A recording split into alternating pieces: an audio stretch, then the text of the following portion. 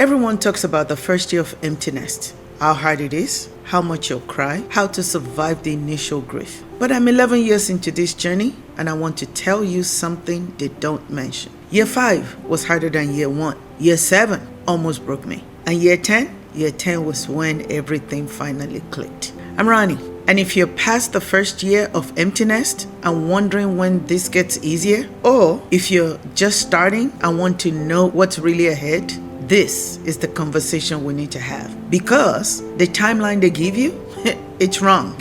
Here's what everyone told me when my daughter left for college in September around 2015. The first year is the hardest. After that, you'll adjust. Give it 6 months. You'll find your new normal, they say. By the time she comes home for summer, you'll be fine. And I believe them. So when year 2 hit and I still felt lost, I thought something was wrong with me. When year 3 came and I still didn't know who I was, I thought I was broken. When year 5 rolled around and the loneliness was as worse than ever, I stopped telling people because I was embarrassed. Why wasn't I over this yet? Why was everyone else moving on while I was still stuck? Here's what I learned. The timeline is a lie.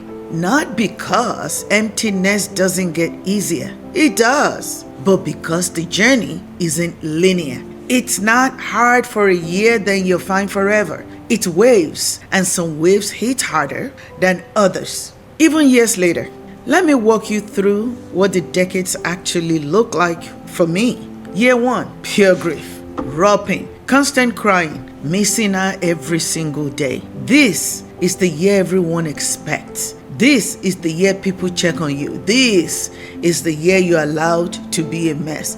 And honestly, this year was hard, but it wasn't the hardest because I still had hope that it would get better soon. Year 2, the fog lifts a little. You're functioning. You've built some routines. Maybe you've picked up a hobby or joined a group. Everyone around you thinks you're doing great. You've adjusted, but inside, you're realizing this isn't temporary. This is your life now. And that realization hits different. If you're in year 1 or 2 and struggling, I want you to know there's a community of women walking in the same path. Join us at Third Act Society, where we talk honestly about all the stages of this journey, not just the first year. Link is in the description. Year 3 to 5 is the loneliness nobody wants you about. This is where it got harder for me, and nobody prepared me for it. Year 2 was my move to Houston year. She was in college, and I was feeling completely lost in Maryland. I thought a geographic change would fix it. Spoiler alert, it didn't. I moved to Houston thinking a fresh start would give me purpose. And it did, temporarily. But you can't outrun grief. It follows you. Year 3, you're not crying every day anymore. You've built a life. You have activities, friends, maybe work that keeps you busy. But the loneliness is deep. It's not the acute grief of year 1. It's a chronic ache that doesn't go away. Your kid has fully moved on. They have a whole life you're not part of. They call occasionally, they visit sometimes, but you're no longer central to their world.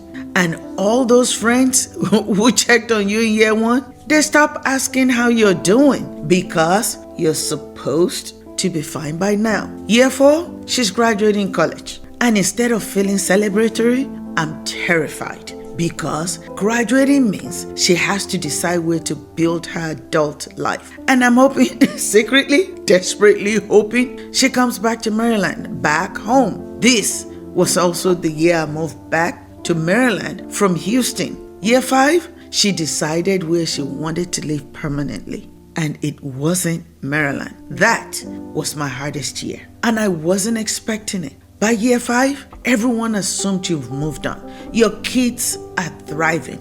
You should be thriving too, right? But year 5 is when the reality fully sinks in. This is permanent. She's not coming back. Not to leave. She's building her adult life somewhere else. And I'm not part of the daily equation. The loneliness in year 5 felt heavier than the grief in year 1 because I was carrying it alone. Nobody was asking me anymore.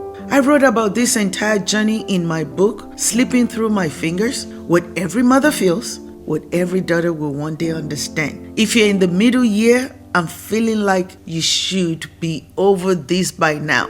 This book will show you you're not alone. Link is below. Year 6, something shifted. Not overnight, but gradually. I stopped waiting for my old life to come back, and I started asking what I wanted for my new life to be. This was around when I started building Third Act Society. Not because I had it all figured out. I don't. But because I needed a community with women who understood this specific kind of loss and rebuilding. Year 7. This was a turning point year, but not in the way you'd expect. I almost quit everything. Third act, the writing, all of it. Because it felt like I was building something nobody cared about. But then I started getting messages from women saying, "You're the only person talking about year 5 loneliness. Everyone else acts like you're supposed to be fine after a year." And I realized my struggle wasn't wasted. It was connection. Year 8, it was a growth year. I'd been back in Maryland a few years, and I was finally building something sustainable. Not running from grief, not trying to outrun loneliness,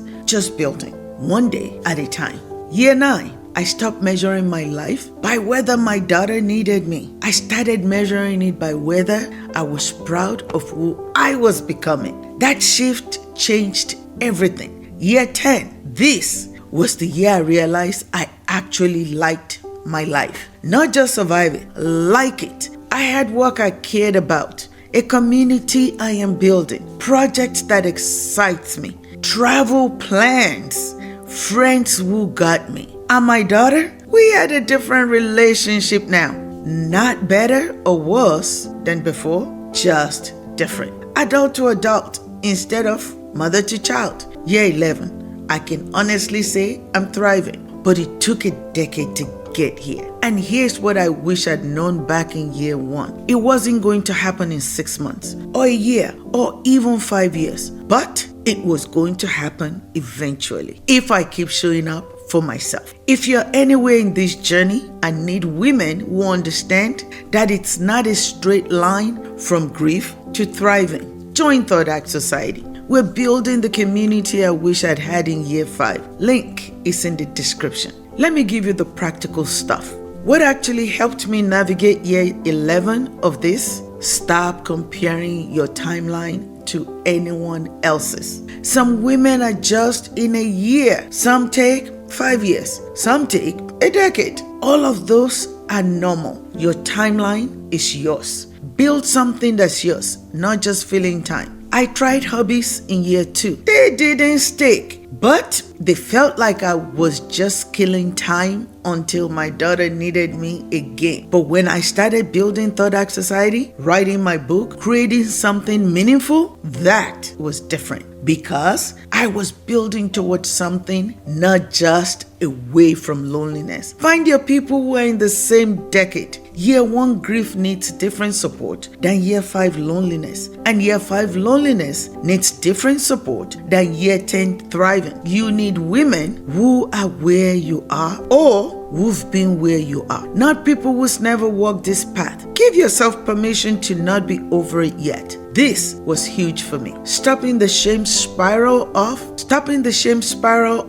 why am I still struggling? Because as long as I thought I should be over it, I couldn't process what I was actually feeling. Let your relationship with your kid evolve instead of trying to preserve what was. The mother-daughter-child relationship you had when they were 10, it's gone. And grieving that is valid. But there's a different relationship waiting on the other side. Adult to adult, equal to equal. And it can be beautiful if you stop trying to resurrect what was. Build a life so full that their absence doesn't create a void. This took me until year 9. But when I finally got there, everything changed. Not because I love my daughter less, but because my purpose doesn't depend on her needing me anymore. Here's where I am now.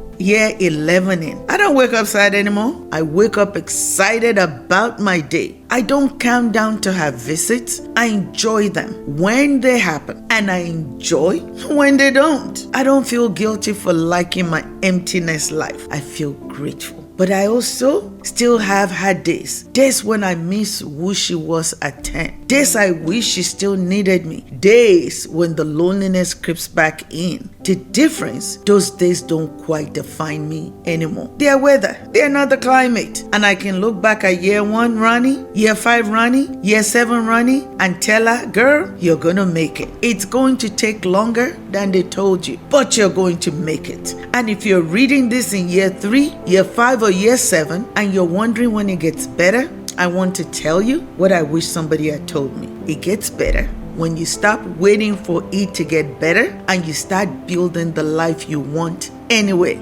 Not in 6 months, not in a year, but eventually, I promise you, eventually, it will happen. I want to hear from you. What year of emptiness are you in? And what's the hardest part of this stage for you right now? Drop a comment below. Let's talk about the real timeline, not the sanitized version. And if you want the complete story of all 11 years, my book, Slipping Through My Fingers, walks you through the whole journey. Link is below. Thank you for being here. I'll see you in the next video.